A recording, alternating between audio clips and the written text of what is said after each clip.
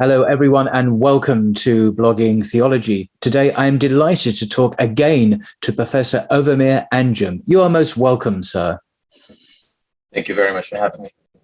Ovamir, for those who don't know, is Imam Khattab Endowed Chair of Islamic Studies at the University of Toledo in the United States, and he obtained his PhD in Islamic history.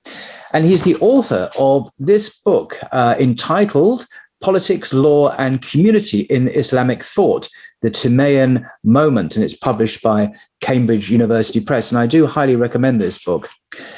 Today, Ovamir has kindly agreed to discuss the contentious issue of rebellion in Islam. Does the Islamic tradition require Muslims to give virtually unconditional obedience to even the most tyrannical of rulers, or is armed rebellion permissible against a tyrant? What does Islam actually teach? So would you like to introduce us to this subject, sir? Sure. My pleasure. Thank you very much, Paul, again, for having me and for your interest in this topic, which is really becoming crucial as authoritarian states take over throughout the world, particularly the Muslim world, and use religious clerics and religious traditions to serve their narrow interests. And in that effort, unfortunately, Islam is being conscripted, which is ironic and tragic because Islam has throughout history been a religion of justice. So let me start with this anecdote. You know, when I was an undergraduate, an embarrassingly long time ago, I had a professor at the University of Wisconsin-Madison who would teach world religions, right? And the way he taught was he would take every religion and read deeply into its sources and come out with one thing that he thought the religion was about. So I remember when he would talk about Judaism, it was community. The central value of Judaism was community. When he would talk about Christianity, it was charity. And when it was Islam, he would say this religion is all about justice. And it's not very hard to see why he would come to that conclusion. You read the Quran, you read the sayings of the Prophet Muhammad, peace be upon him, you look at his own career, his own conduct, you look at early Muslims, you look at Islamic law, and you find Islamic justice or justice to be such a crucial idea that pops up again and again in every field. And the very idea of law, right? It's so central to Islam, and law is about, ultimately, it's about justice that God cares about, not that you pray ritually to him, which is, of course, very important, but that God cares that you are just to his creatures. So it's ironic, therefore, that over the course of the 20th century, in particular,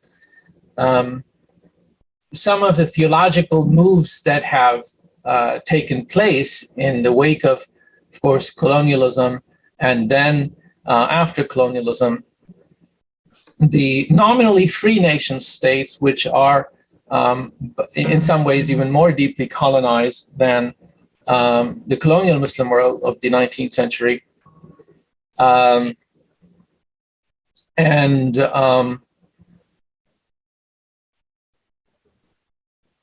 a theology of domination, a theology that might is right kind of theology has emerged.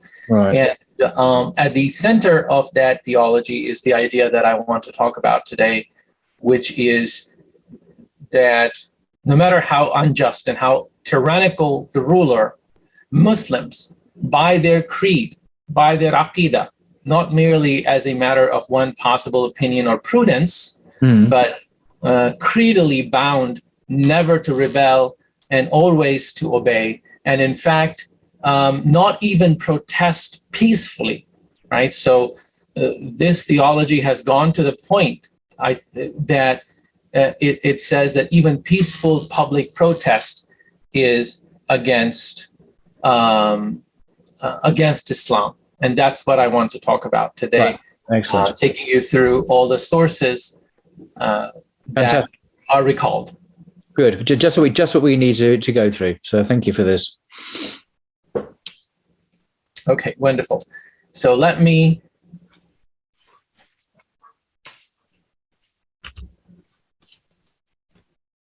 show you my slides, because that will help some of the complex materials that I can now just talk about. Yeah. Islamic views and rebellion against unjust Muslim rulers. So each of these adjectives is important. We're talking about unjust Muslim rulers, so not non-Muslim rulers and not just Muslim rulers. Yeah. Okay. So here's what I'm going to do briefly. I'm going to go over contemporary claims about rebellion being always prohibited as a matter of Sunni creed in particular. Summary response to those claims, and then I will examine the Hadith evidence. The reason we'll look at the Quran evidence, but we'll talk really about why there isn't any direct evidence for or against it in the Quran. We'll look at the Hadith evidence, and then the companions' views and the early imams of the first 2 centuries. When I use the word imams, of course, Shia use the word imams in a more particular sense than the Sunnis do. And I will be talking primarily about the Sunni perspective. And from Sunni perspective, the imams are the scholars who are followed. They're not infallible, but they are followed by the vast majority of Muslims. And of course, the 4 schools of of Sunni Islam come to mind, the 4 schools of jurisprudence. But I'm using the word more broadly as the leaders, including those 4, but also ones that they followed as well, and ones that are generally referred to when we are talking about jurisprudential discussions. And then I will look at some major figures such as Imam al-Juwayni and Ibn Taymiyyah and al-Mawardi, rahimahumullah ajma'in, in order to look at how this doctrine develops later in history. So first, let's start with contemporary claims about rebellion. I'm going to summarize those claims into these 6 points. First, that any rebellion of subjects, of course, in the modern word would be citizens, but given how the modern world, particularly Arab world works, there is really no effective citizenship. So any rebellion of subjects or citizens against rulers is prohibited in Sunni Islam. This prohibition includes unjust, tyrannical Muslim rulers. This prohibition is part of the Aqidah, or the agreed upon creed of Ahl Sunnah. This is a statement recently made by the American preacher Hamza Yusuf. Number 4, the prohibition extends to unarmed protesters. For instance, in contemporary Egypt, not too long ago, unarmed protesters who were called dogs of hell, which is a term, of course, as it sounds, a condemnation, but also as a particular reference to a very deeply feared and hated sect in early Islam called the Kharijites. And fatwas were given to shoot to kill them in hundreds and thousands, if necessary. Over 1,000 people were killed at Rab'a with the blessing of some of these clerics, Ali Jum'a being the most prominent one. In UAE and the Wahhabi Saudi establishment, that is these Gulf states, it has been a long-standing orthodoxy, if you will, of the 20th century, that advice to rulers can only be given in private, otherwise it causes dissension. So do not publicly protest injustice, and do not talk to rulers in a way that might put them off, might displease them. Rulers must always be pleased, even when you're disagreeing with them, so do so in private and very politely. Also, one thing that, and this advice has been given in a very politically public way to defend UAE's normalization with Israel and whatnot by Sheikh bin Bayya, who is a Mauritanian cleric working for and within United Arab Emirates these days. And finally, the sixth point I want to make is that it was the Saudi Wahhabi establishment that was the 20th century pioneers of this never rebel, never question views as being the only acceptable orthodoxy. But even there is a shift even in that over the course of the 20th century, because pre-1990s, this idea, never rebel, was based on a religious mission, the religious Wahhabi mission to protect monotheism. So in other words, it wasn't that you're protecting the rulers, but rather you are, accepting the rulers for who they are, even if they're imperfect, because they're protecting religion. But in the recent incarnation of this, with bin Bayya and company, in fact, you are protecting a secular state. You're protecting just the ruler and his family, regardless of their religious credentials, which you don't question and which are not brought forth at all. So, in other words, this doctrine has become secularized in the late 20th and early 21st century, rather. So these are the claims that I will be talking about today. My summary rebuttal of these extreme statist claims, I'm calling them statist claims, and this is deliberate because they're often seen by people, by well-meaning students of Islamic history, as quietist claims. But in fact, there is nothing quietist about them. They're very politically activist. They are, in fact, supporting political action on the part of the state in order to suppress regime, suppress dissidents, and in fact, start wars all over the world and support wars. So they're very politically activist. But rather, the crucial thing about them is that they are statist extremism. Meaning that the state is ultimately is entirely unquestioned authority. It says it is the authority of Islam, and because there are many states, effectively what you have is all of these states that are claiming the authority of Islam, you must submit to them as a matter of religious creed. Now, I will claim that there is no precedence in Islam for this extremist statism, or even its more moderate.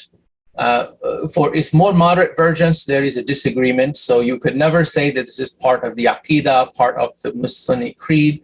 But when it comes to this extreme statism, there is no precedence for it. In fact, it goes against everything that we know from the Quran and the Sunnah and from the Islamic tradition. In the tradition, we will show that the prohibition against rebellion is not general, but limited in the very Hadith reports that are cited, which we'll discuss below. It's limited to Muslim rulers who establishes prayers and all pillars of religion and does not commit clear unbelief. But also there is some ambiguity there of what does it mean to establish all pillars of religion, does this mean establishing the Book of Allah, which includes justice, and so on? So there has been a very deep and healthy discussion and disagreement among Muslim jurists throughout on this question, which we'll talk about briefly. If the ruler is deemed to be just and upholds Islam, rebellion is prohibited by consensus, which of course, those who are rebelling may think that this is unjust, but it should be, and therefore that's how they justify their rebellion. And there are in fact very strict laws for that, of how people like that could be dealt with by a just imam. A just imam who is confronting rebels who are mistaken, in fact, still has a lot of responsibilities toward them that you will find in books of Islamic jurisprudence under chapters of Ahkam al-Bughat, or how to deal with rebels. So in other words, the idea that even if you are a just ruler and the rebels are entirely unjustified, you do not open fire at them and don't shoot to kill, right? Finally, in Islamic tradition, if the ruler is tyrannical, there are three opinions on the rebellion, on rebellion against such a tyrannical ruler. One, it is permissible, and some would say even an obligation. This is an opinion that is that can be derived from the actions of some of the companions, many of the companions rather, but also some of the classical scholars. We'll talk about Imam al-Juwayni in this regard. Number two, it is permissible if ruler can be unseated without more bloodshed than what the ruler is causing. So in other words, there is a weighing of benefit and harm, and feasibility, as well as benefit, and if you will, Muslim jurists taking their cue from the Quran and the Sunnah always want to minimize bloodshed. If that means tolerating a moderately bad ruler, for instance, so long as they're doing largely good, do so. So that's the spirit of the school. Now, this is Abu Hanifa's school. What I will argue is that Imam Abu Hanifa's own opinion, rahimahullah, is closer to the first one. But we'll talk about those details a little bit later. Finally, the third opinion is that it is impermissible. And that's the opinion that we have, that we know today as the only possible opinion. But in fact, it is a relatively late opinion. And even those great imams who have defended this opinion, like Ibn Taymiyyah, they clearly, explicitly state that this is not always and not the only opinion. And some of the great Salaf and the Sahaba had the other opinions. Right. Okay. So on the Quran, as I said, there is no direct evidence in the Quran, but generally a proactive attitude toward the use of force for justice. Quran is talking in a society where there is no established central authority. The Prophet ﷺ is the one establishing that authority. But nevertheless, when issues like great injustice are mentioned, when one group unjustly attacks the other, here is the Quranic guidance in Surah Al-Hujurat. And if two factions among the believers should fight, then make peace between them.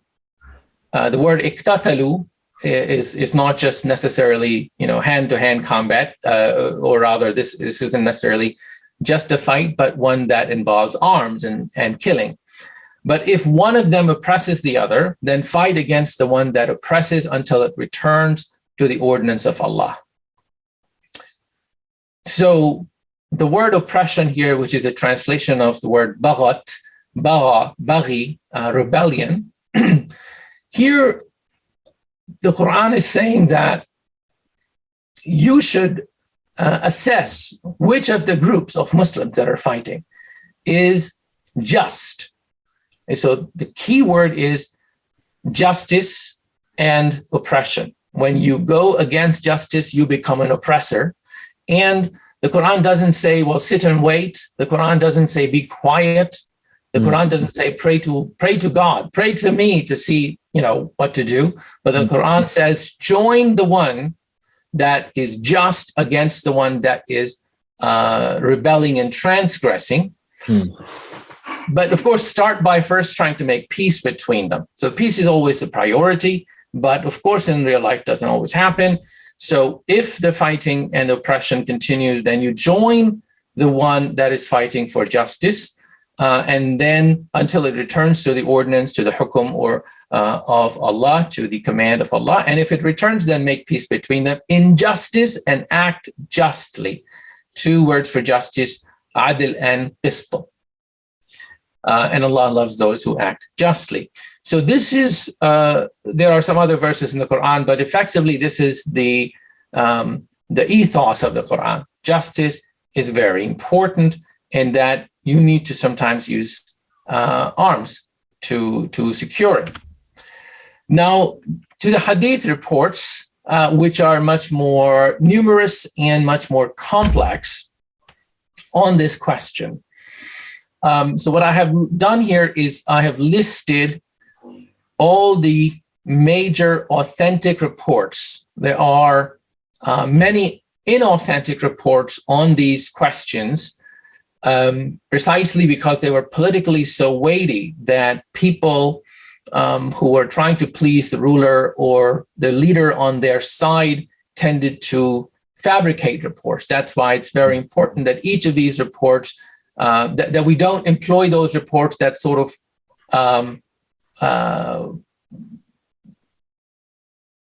derail our discussions, because they enter into other later politically charged rulings. These are all traditions that Sunni scholars accept. They're found in main Sunni traditional corpus, and mostly in Bukhari and Muslim, and some in the Musnad of Ahmed. But I will not go into those details. What I have given here is given the Arabic, a little bit of Arabic, which in Arabic is called taraf, a part of the hadith which you can use to search and find the original. So here are the hadith. In Islamic hadith science, as I'm sure you know, hadith is typically known by the Sahabi or the companion who narrated the hadith. So I have given on the left the companion who narrates the hadith. There may be other down the chain, many other narrators from that Sahabi, but that's how the hadith is recognized. In the left list, you will find the hadith that are against rebellion, or that appear to be against rebellion.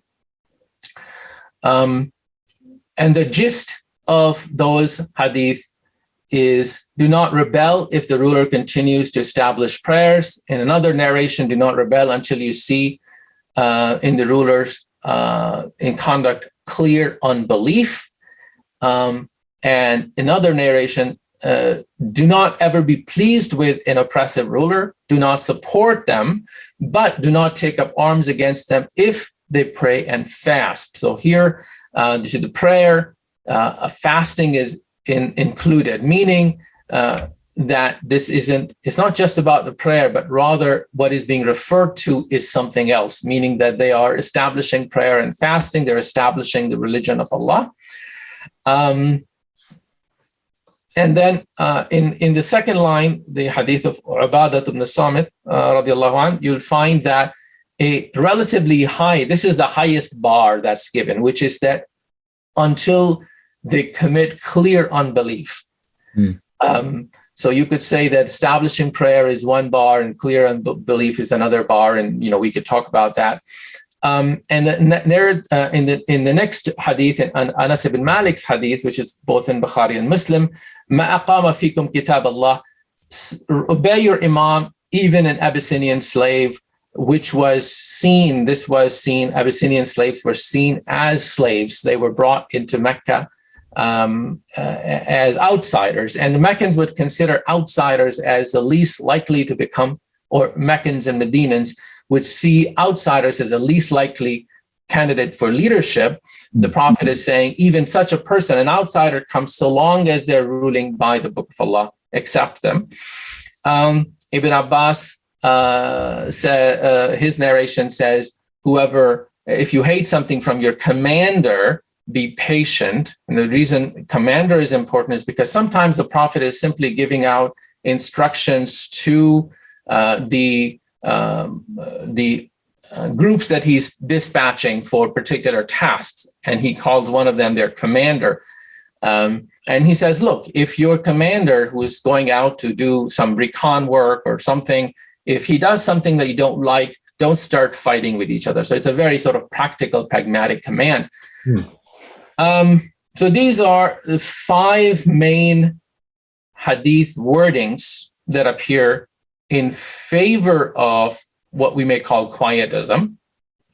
And then there's a 6th one, the hadith of Hudhayfah ibn Yaman, radiallahu an, which is sort of a curveball, as I will say, because it says something very strong, which is that obey your ruler, وَإِن ضَرَبَ ظَهْرَكَ وَأَخَذَ مَالَكَ, even if he beats your back and takes your wealth. So all of a sudden, as you will see, especially when we look at the hadith on the right side, this hadith seems to be a kind of obsequious submission that is completely off the rest of the traditions and seemingly against it, but we'll talk about that later. Now look at the hadith on the right-hand side. All of the hadith are in authentic compilations that seem to suggest a positive attitude toward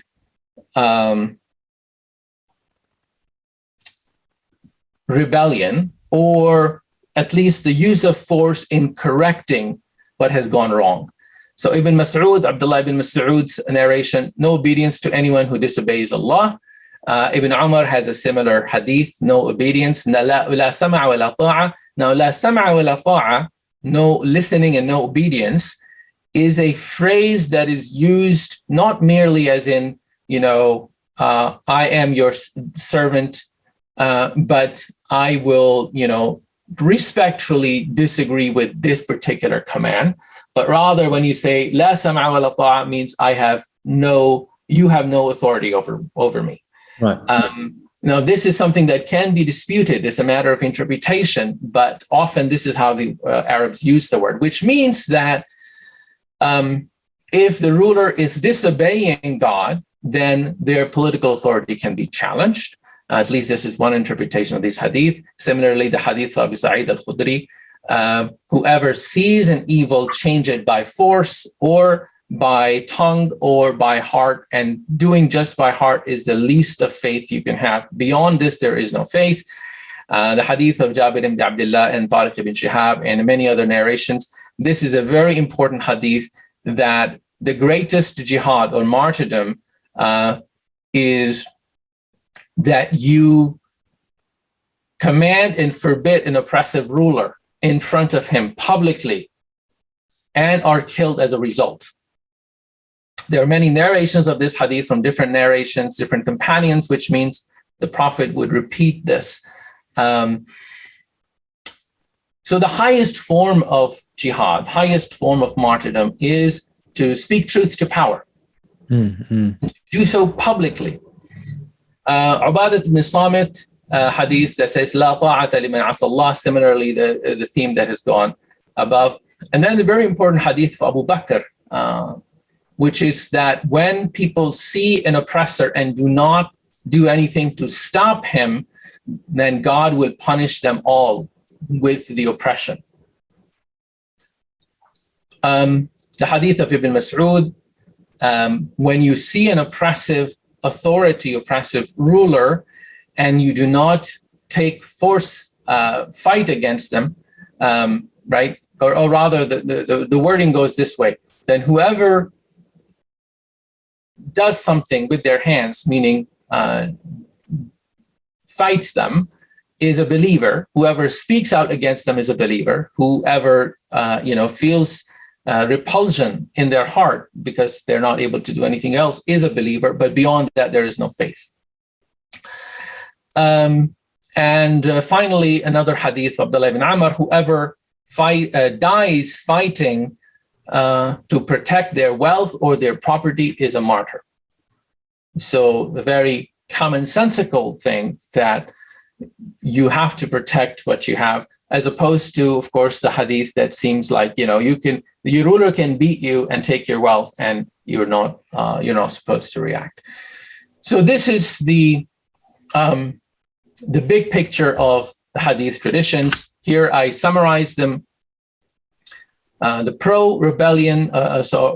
pro-quietism hadith on the left that suggest if the rulers are tyrannical, never be pleased with them, nor follow them, right? So never join them, but do not take up arms against them, so long as, and this so long as is, it becomes tricky because some hadiths say, so long as they're just praying, which means the bar couldn't be very high, or praying and fasting and doing all the religious things, the main pillars of religion, which is bar is a little high, do not exhibit clear unbelief. This is perhaps the lowest bar, which is that so long as they're not, actively committing unbelief.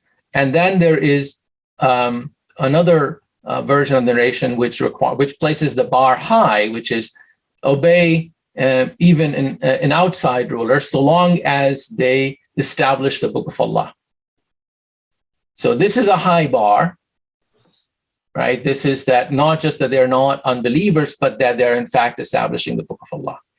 Now, all of these different type of hadith, what they do is it is the scholars who have to judge which of these is really meant, and when is the Prophet alayhi salatu wasalam simply using a simple language to explain to people what is meant. So does establishing prayer meaning establishing the Book of Allah, or perhaps all it means is not being clearly a non-Muslim.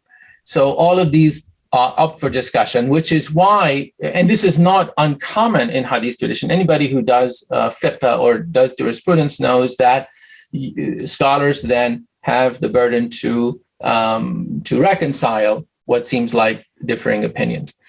On the right-hand side, as I said, you seem to have much more activist hadith, which require removing of evil and fighting injustice actively. Okay, now in this list here, on the left-hand side, what I'm calling a curveball, which is an American phrase for something that you don't expect, which is obey the ruler even if he beats your back and takes your wealth. What do you do with this hadith? I have done a little bit of research on that hadith. There are 3 main narrations of the hadith, and when you look at the context of the hadith, in fact, it becomes clear that the Prophet ﷺ is talking about, he's talking about an extreme kind of emergency situation. So where Hudhayfa ibn al-Yaman radiallahu anh is asking the Prophet about what is going to happen in future, the end times, the worst times that are going to happen. So the Prophet said, this will happen. Then the Hudhayfa says, what should I do? Or this happens, then what should I do? And then when having exhausted all other options, that you couldn't fight such a bad ruler, things have gone really bad, it's nearly end times, then you find one ruler who may not be the kindest and the most fair, but who is upholding God's rule, God's norms. Then the Prophet said, join such a ruler, even if he beats your back and take your wealth. Right. So it is in that kind of emergency situation, those kinds of exceptional circumstances, that almost end times apocalyptic tradition, in which the next step after that is the Antichrist appears. Gosh. So that's why I don't think that this hadith should be, I don't question the authenticity of the hadith because I've studied it, and that's, again, this will be an entirely different lecture just on that hadith and its various narrations. But this hadith is about emergency situations when you find that end times are near. Now, let's look at, which is what all jurisprudential schools do in one way or another, when they find that there is a complex set of commands by the Prophet ﷺ. You look at the conduct of the companions, of how they understood those commands. Well, here's what we find. For Abu Bakr's first sermon, he says, radiallahu anh, obey me if I obey God, not otherwise. So if he is disobeying God, he leaves quite a wide leeway in what people could do. In the case of Umar, there are anecdotes such as where Umar would say, what would I do if I went astray? Not that I left Islam, but I went astray as in I was no longer just, I was no longer fair toward you. And in one case, the response is, we will take up arms and straighten you up. And Umar praises God for giving him followers, Muslims, who will correct him if he went astray. Uthman, radiallahu anh, who is surrounded for weeks by rebels, never uses these traditions to say that you guys have all become unbelievers and that the Prophet said, never question anything. Rather, Uthman spent a long time explaining where his policies were either misunderstood or what he would correct. All of this stuff is, it found in Hadith literature and in Tariq literature. Tariq is history. So in historical literature and Hadith literature, all of this is well established. Ali ibn Abi Talib, radiallahu anh, the fourth caliph, is the most important and relevant figure in this case because it is in his time that most rebellions took place. He never cites any of these traditions against any of the rebels. Let's look at the first civil war when Ali is fighting Talha, Zubayr, and Aisha radiallahu anhum.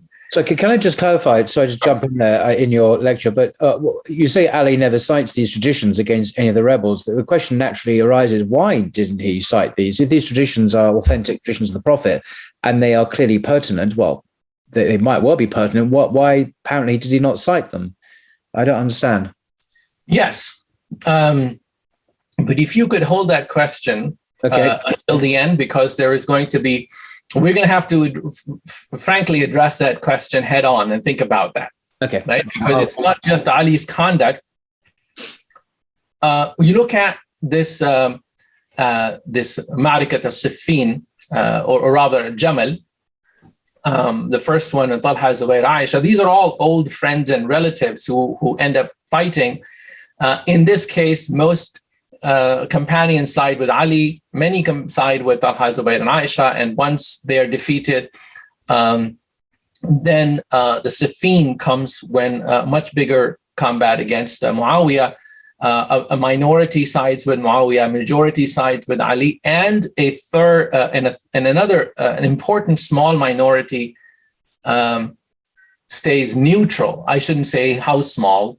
There is some studies recently that shows that majority of the Sahaba sided with Ali, but how small is the minority that stayed neutral? I haven't seen a good study. Nevertheless,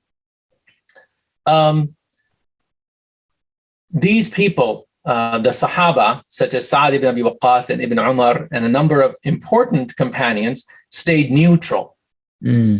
Right? And it is their opinion, the staying neutral, that becomes, of course, for later Sunnis, this becomes the probative opinion, the only opinion. But early Sunnis understood that this was just one of those various options. But here is the great surprise. To the extent that we have an idea of what these people were saying to each other and how they were arguing with each other, no one reports citing any prohibition by the Prophet ﷺ says that, look, the Prophet said, once you have an imam, do not rebel. Yeah. Right.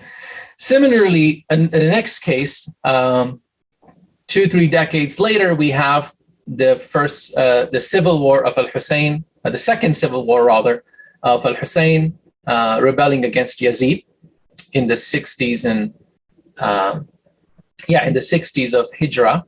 And then Abdullah ibn Zubayr rebelling against Yazid. Many companions that were alive at this time, Ibn Umar, Ibn Abbas, Abdullah ibn Zubayr, of course, he himself rebelled, and Muhammad ibn al-Hanafiya, a tabi'i, not a companion. But nevertheless, a number of these people are trying to dissuade al-Hussein from leaving Mecca to go to Kufa, right? Against a sitting imam, against a sitting leader, Yazid. None of them cites these hadith. None of them says, look, your grandfather, O Hussein, radiallahu anh, your grandfather said, never rebel against a ruler. None of them says that. All of them use prudential reasons that these people in Kufa are not reliable. Don't go to them. They will betray you. I mean, would al-Hussein have dismissed his grandfather's clear, agreed upon, well-known command? Now, later and younger companions begin to cite reports on both sides after the Second Civil War. So, as shown, I have, in this, if you look at the people who are citing Auf ibn Malik, Ubadah ibn Samit, ibn Salama, Anas ibn Malik, ibn Abbas, these are all, in fact, not even ibn Abbas, but all of these are relatively companions who lived long and were relatively less important compared to of course, the first generation, the senior companions, right? So this is what, if you will, adds to the wonder. Why are they not citing the hadith of the Prophet sallallahu alaihi wasallam, right, in key moments? And now, this is not something that we can necessarily resolve, but I think that we could speculate. And I think that my understanding as a historian who works in the first century is as well, that is, I look at later periods as well, but I recently completed a book on first century, which hasn't been published yet. My understanding is that none of them understood the prohibition of the Prophet ﷺ to apply to a blanket prohibition of rebellion against a ruler. They understood the Prophet's command to be about, first of all, the Khawarij, the rebels who began fighting Muslims and killing Muslims, innocent Muslims.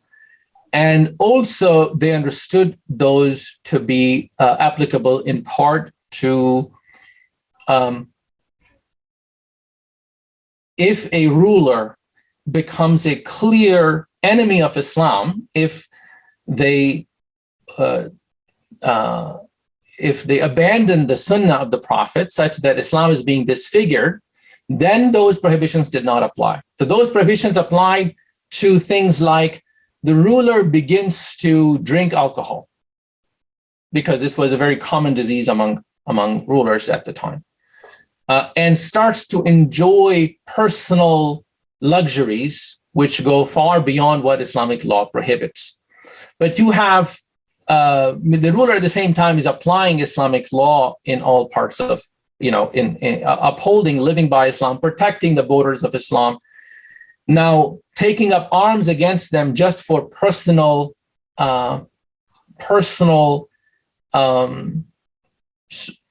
deficiencies might lead to more bloodshed.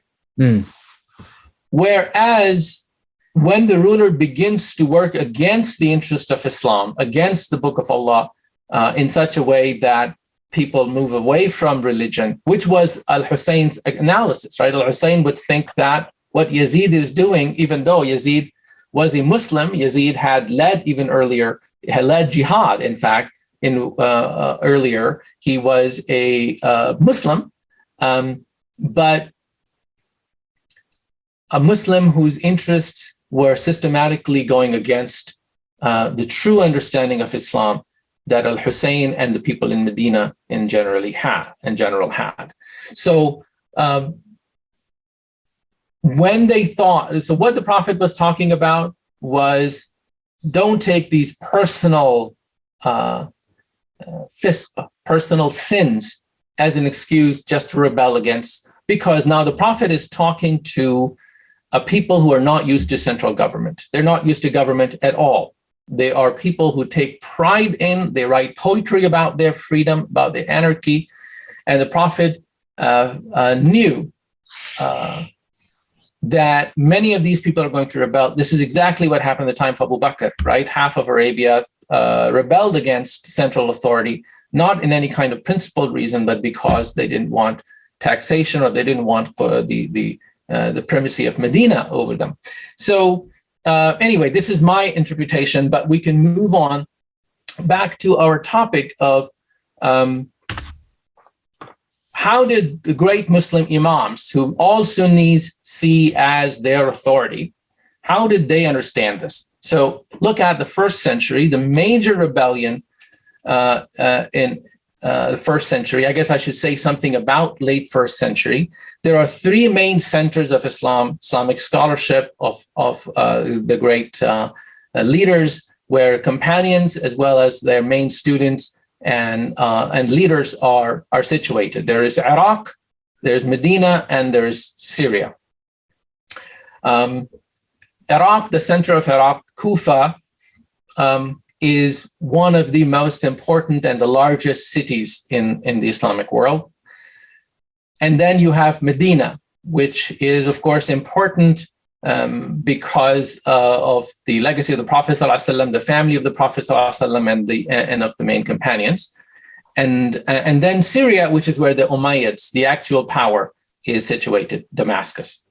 Now, most jurists and hadith scholars of Kufa and many of Medina, including leaders of Sunnis that today we cite as evidence when taking this or that jurisprudential opinion, they supported the rebellion of people like Ibn al-Ash'ath against al-Hajjaj. Al-Hajjaj is no doubt a established governor of Abdul Malik ibn Marwan, the Marwanid Umayyad leader, and Abdul Rahman ibn al-Ash'ath rebels against him, and many of the scholars of Kufa join that rebellion. In some reports, it is said, somewhat exaggeration, that none of the scholars remained behind.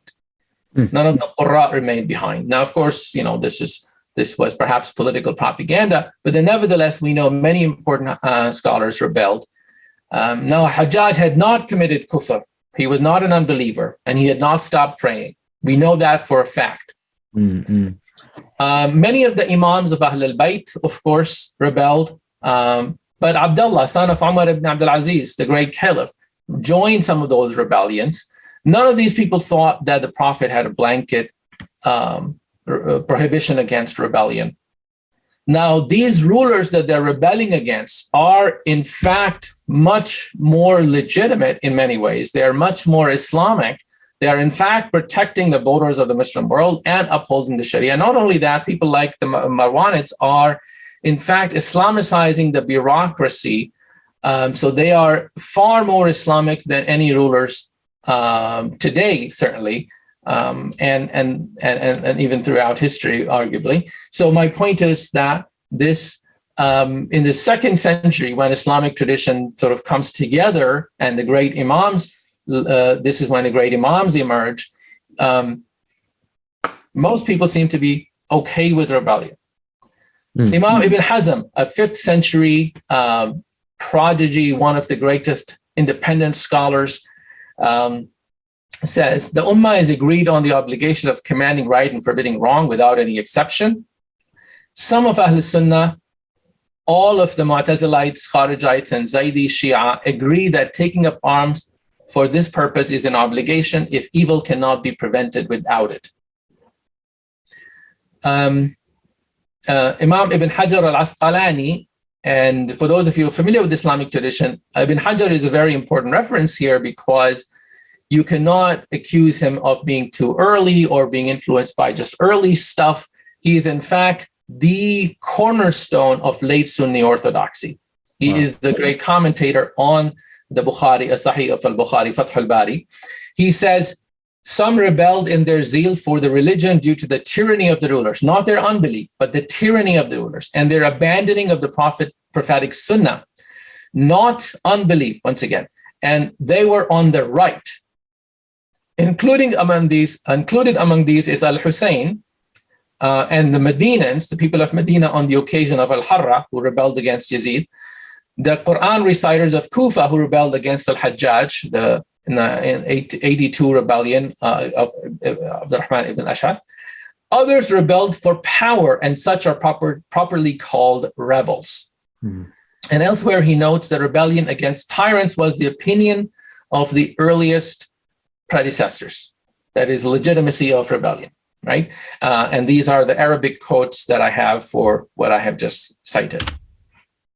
Abu Hanifa, he supported, so he's born around 82 and dies in the year 150. He sees these great transformations in his lifetime. He supported rebellion both against the Umayyads, that is the great rebellion of Zayd ibn Ali against Hisham ibn Abdul Malik in the year 122, and against Abbasids, the rebellion of An-Nafs al-Zakiyah, the famous rebellion in 145 of Nafs al-Zakiyah and his brother, Nafs al-Zakiyah being in the Hijaz and his brother Ibrahim, Ibrahim being in Iraq. They both simultaneously rebelled, and Abu Hanifa supported both of them. Now, what's interesting is that rebellion for him is not only permissible, and he did not call any of them kafir. None of them were unbelievers, and none of them stopped praying. Hisham, in fact, is known personally to be a pious caliph. Now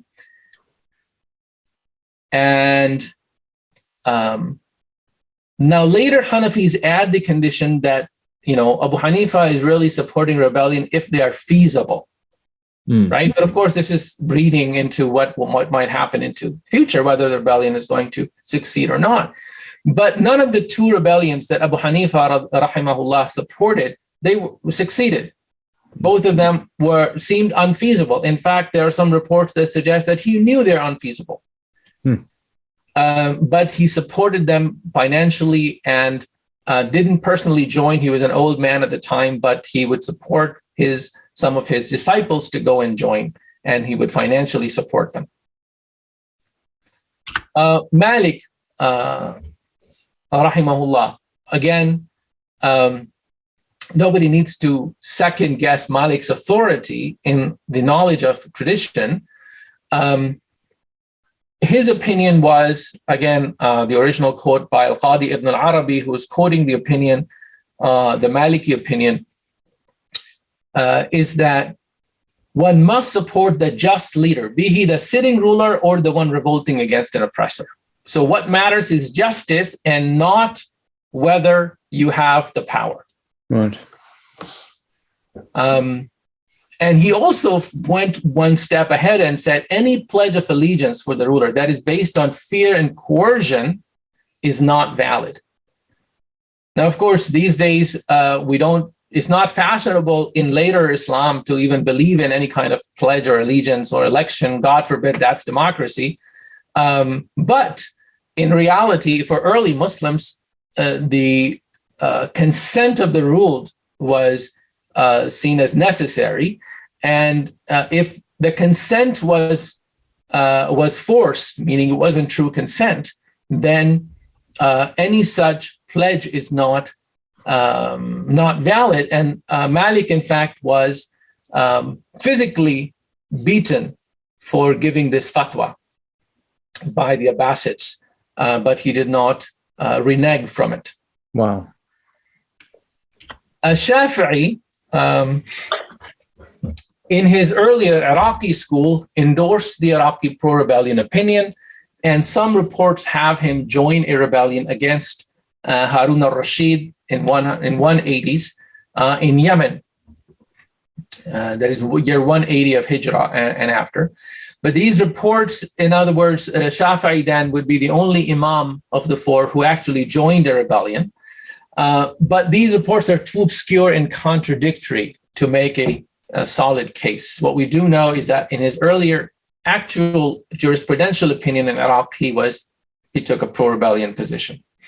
Even Ahmad ibn Hanbal, and this is something that would be shock to most people who see Ahmad ibn Hanbal as the most anti-rebellion person, but in fact there is a disagreement reported by Abu Ya'la and Ibn al-Jawzi on whether Ibn Hanbal tolerated rebellion. And he, in one report, seems to suggest that it was justified, not against an unbelieving ruler, but against the sitting Abbasids, al-Ma'mun and his predecessors, who were all believing Muslims, all prayed, and Islam was established in their time.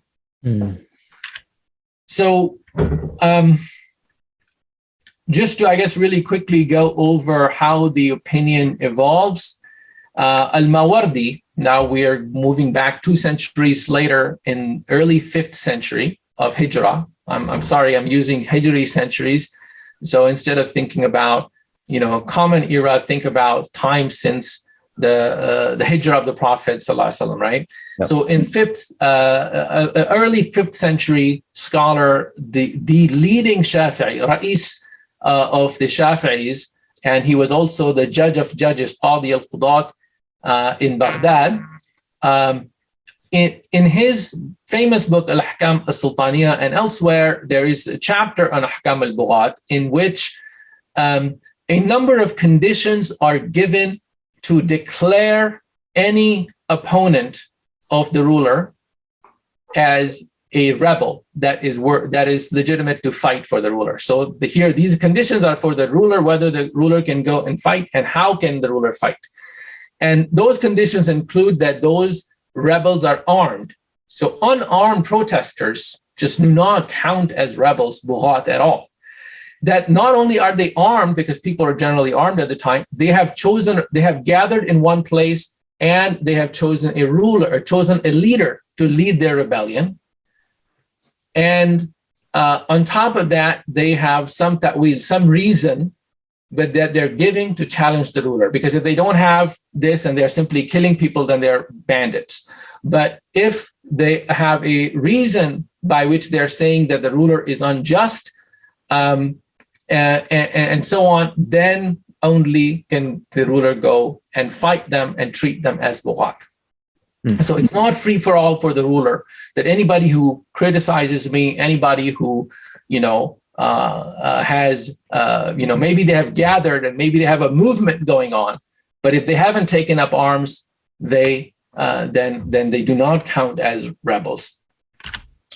Al-Juwayni, who comes a generation after Al-Mawardi, or still 5th century of Hijrah.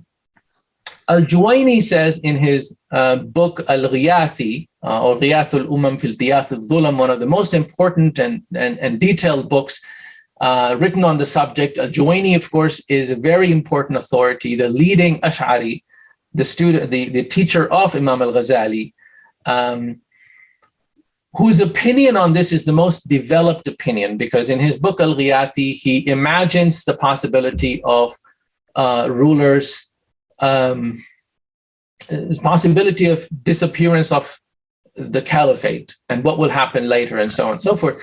Al-Juwayni's opinion is that if a ruler becomes unjust, a Muslim ruler, a sitting Muslim ruler, not only unjust and begins to, so he's very clear that personal wickedness or personal sins of the ruler do not disqualify him.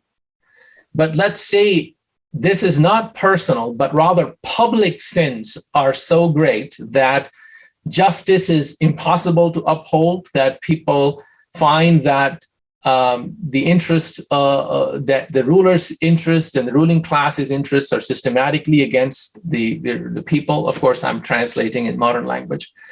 Then he says, not only should you rebel, but you should not hesitate from rebelling in fear of bloodshed, because the bloodshed the ruler is causing and the harm may be much greater. So Al-Juwayni is pro-rebellion. In very, these are very qualified, much more developed conditions than we find in earlier literature. In other words, politically, it's much more mature. And finally, Ibn Taymiyyah. the scholars that I study and admire very much, he is very clearly against rebellion. But when he gives his anti-rebellion position, he's very clear that the early Salaf and many of the leaders, many of the imams, the Sahaba, in fact, held a pro-rebellion opinion. So what is Ibn Taymiyyah's reason for being anti-rebellion? Well, it's really just his political analysis that it never works. Now, is he right on this? As a historian, I disagree. I live in a country, United States, which starts with a rebellion against the British. It is, in many ways, the most prosperous country in human history.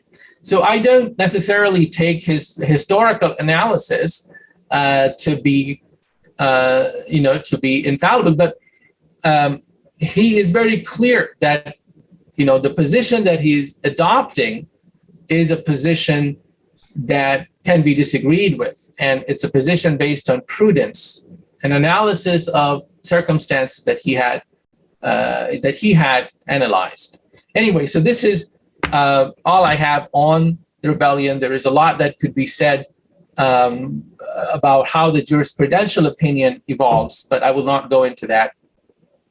Happy to take any questions and thoughts. Well, thank you very much for the extraordinary survey of the historical the data, the Quran, the Sunnah, the companions, and the founders of the schools, and right up to Ibn Taymiyyah. Absolutely fascinating. I still find myself a little bit confused, however. The companions themselves, it would seem, had different opinions, if I've understood you correctly. There wasn't a uniformity of view. And that's quite disconcerting, emotionally, I suppose one might say, because one would wish for uniformity of opinion or uniformity of view. But why did the companions, do you think, if one can have an opinion about their views, why did they just seemingly have these divergent views, which mean that we're still perhaps today not absolutely certain which is the correct view for us all? Yeah, so I think that in general, the companions agreed on a number of crucial issues, but did not agree on every issue.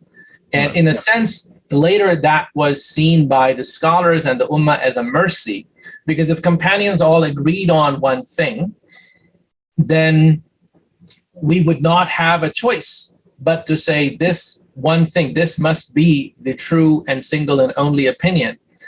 But when companions disagreed, perhaps this was to some degree an evidence of the fact that, this disagreed at the time of the Prophet ﷺ on less crucial issues, and sometimes on crucial issues in which the Prophet would correct them. Whether, for example, the famous story where the Prophet says, don't pray Asr until you get to settlement of Banu Qurayza, and some companions prayed because it got late and they thought he was just trying to make them hurry, and others thought no, he actually literally meant don't pray even if you miss the time of the prayer. So here you have a conflict between general command of praying on time and a specific command of not praying until you get there. And this conflict is resolved by the companions in different ways. And the Prophet, that's the most remarkable thing, the Prophet does not comment. He doesn't say who is right.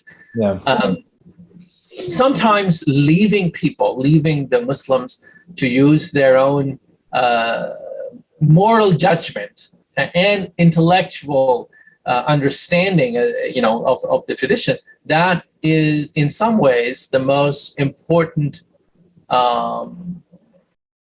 lesson of the Prophet, right? This is why our tradition of jurisprudence became such a rich and such an important tradition. It wasn't simply citing the things it's not a recipe, in other words, right? It's guidelines often, and their general, sometimes the general goals are given, but you are to figure out the way to get there. So on this question, when the companions disagreed, of course, there is a question of why the first civil war happened, which is not our topic today. I'm happy to talk about it at a different time. But the point is that civil war happened in which the companions, at the end of the day, they dealt with the civil war without excommunicating each other. Right. right? So I think that lesson and the center of that lesson is Ali ibn Abi Talib, right? The hero, if you will, of the moment is the fourth caliph, Ali ibn Abi Talib, who is in the worldly politics. He loses the political battle. He wins militarily, but there is no peace in his time, and so on and so forth. But when it came to the moral superiority and what Islam became, and I'm talking about Sunni Islam, it is his analysis and his conduct during these rebellions and during these turbulent times that became the center of Islamic jurisprudence. To give you an example, how you deal with the rebels and the different kinds of rebels, people only look at his conduct because we don't have anything direct from the Prophet or the first three caliphs, right? Only indirect evidence. So Ali radiallahu anh was the one who, for instance, when he was dealing with the Kharijites, rebels who are left and right killing other Muslims, he dealt with them differently than when he dealt with Talha and Zubayr and Aisha radiallahu anhum, that he hated fighting them, and when he subdued them, he respectfully sent Aisha back to Medina, and he made up with the rest. Again, this is a conduct of what do you do when you are fighting other Muslims who is good, whose intention might be good, and disagree with them. How do you deal with them? Similarly, on the occasion of the battle he had with Muawiyah at Siffin, he accepted to make peace and arbitration, whereas other people, some extremists in his group, refused to do so, and that's when Kharijites are born. Yeah. The conduct of Ali radiallahu anh on this case, arguing with the extremists. I mean, in some ways, it's really a very important part of Islamic jurisprudence. All that I do in my work as somebody who does political jurisprudence, political fiqh, if you will, it would be almost non-existent if it were not for the fact that first civil war happened and Ali was there to represent the Islamic opinion. And then the whole idea of there being disagreement among Muslims in which they do not simply excommunicate the others, as happened with the Christians and in other places. In fact, you might argue with the Jews between the two North and South kingdoms. In Islam, this didn't happen. In Islam, the first fitna, the civil war, ended with unity, not with complete, sort of dispersion of religion and end of political unity. In fact, in some ways, the best times materially and in terms of unity and civilization start when Hassan radiallahu anh, the elder son of Ali, hands power to Muawiyah in order to make peace. Well, some people see that as a great tragedy. I see that as this is, you have a unique case in religious history when after such a deep division, you have the possibility of coming together through a sacrifice by a grandson of the Prophet ﷺ, but a role model for how Muslims can behave in these circumstances without ending the religious community, right? Without complete division and sectarianism in which religion itself is lost. That doesn't happen. No, I mean, thank you for that. But it strikes me, I mean, what one could say that we in an entirely new situation today, but by which I mean that the states that exist in the Middle East and elsewhere are not have developed a new power based on technology, on armory, on weapons, on the power of the state, its surveillance of citizens, its intrusion into the private realm, which I think is unprecedented in history. And the ability to do that and to control and survey populations through technology. And I mentioned the weaponry as well. So doesn't it render this whole question of rebellion in Islam a moot point? In other words, it's kind of almost redundant because the state has such overwhelming power now to impose its will. And we saw this in the Arab uprisings, which were ruthlessly suppressed by force of arms. Right. Are we not in a different era now where these questions no longer, but they have an entirely different kind of paradigm to work with? I mean, so I would say both yes and no. I agree with you insofar as of course, in the modern world, the political powers of surveillance and of large-scale organization have become unprecedented. This, by the way, Muslim scholars have recognized for over a century and done wonderful work over time to analysis. Sometimes when I'm talking to younger Muslims or people who are involved in Western discourses, they seem to be refer only to Western literature as if this is a new recognition. But in fact, you find this all the way to the end of the 19th century. People like Rashid Rida are talking about the power of large corporations and how that changes things. And you find this recognition among Muslims who have therefore been wrestling with this issue. Right. And I think it's really important that we include the great scholarship of the Muslim world of the 20th century in order to discuss these things. And what people say is that, yes, the new state is enormously powerful, but in some ways, the early Islamic model of Medina is much more relevant today than it was ever before in the medieval period. In many ways, the ability for people to be much more informed, for the majority of people to be involved in the process of governance and the process of sort of general social discussion of what should happen, is possible today in a way that it never was. And this is actually much more like the Medina of the Prophet ﷺ, just at a much larger scale, than the medieval period, in which, because of size, people simply had to depend on the metropolis, the caliphate center, to make those decisions for them, because you could not convey people's opinions on a number of issues, and people were just not literate. So in a sense, many things have become possible today that are in fact in harmony with the spirit of early Islam. On the other hand, you're right that, look, rebelling against all the powers of the state is difficult, but regime change and political change in the modern world is an extremely common occurrence. Right. It's not rare at all. In fact, in some ways, it is much more common, and perhaps Western democracies are much more stable, but the rest of the world is not.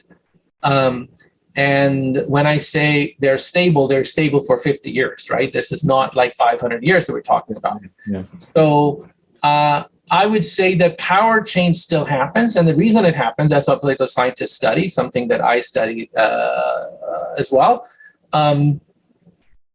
that rebellions usually take place when there is a split among the elite. When the elite join the people, some part of the elite joins the people, and that still happens. So I wouldn't say that this is all, we live in a different world where the older world has no wisdom for us. A third thing is that the possibility of rebellion, it indicates a profound sense of responsibility, an understanding of where political power comes from, right? So it's not the actual act of rebellion, but the idea that the people have, in some cases, the right to rebel, that should change the way that the state rules or the power elite conceive of their rule, right? In the case when you can never rebel, as the case with the Wahhabi state, and it's increasingly with the Wahhabi Saudi state now becoming the norm for the rest of the Muslim world, the Arab world in particular, not actually, by the way, for non-Arab countries, but for the Arab countries, this idea that you cannot even protest peacefully, which is a monstrosity, moral monstrosity to say that you cannot peacefully protest. This gives the ruler the idea that he is God, nearly. That when it comes to political decision making, what happens is that people in the Gulf, like these rulers in the Gulf, they only have to think about what Washington is going to think, right? Because they think that the clerics in their system are going to control the people. And they're going to tell them that, look, if you rebel against the ruler, you're going to burn in hellfire forever. You don't want that, do you? So therefore, no matter what the ruler does, you effectively worship the state. And the attitude of worshiping the state, which is true in Egypt and Syria and elsewhere, the kind of attitude that is demanded of people, it's impossible for there to be a good government, an accountable government, a government that cares for the people or religion or morality.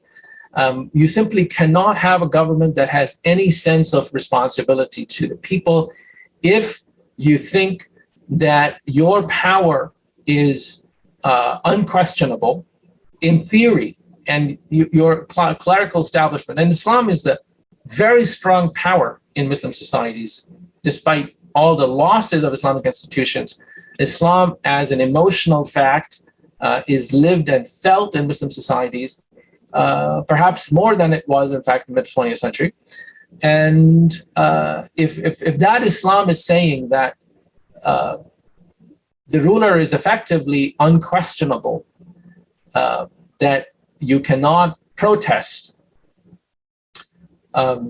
then this is a formula for this kind of almost voluntary totalitarianism, right? And this is the best way that foreign powers can use these rulers as puppets.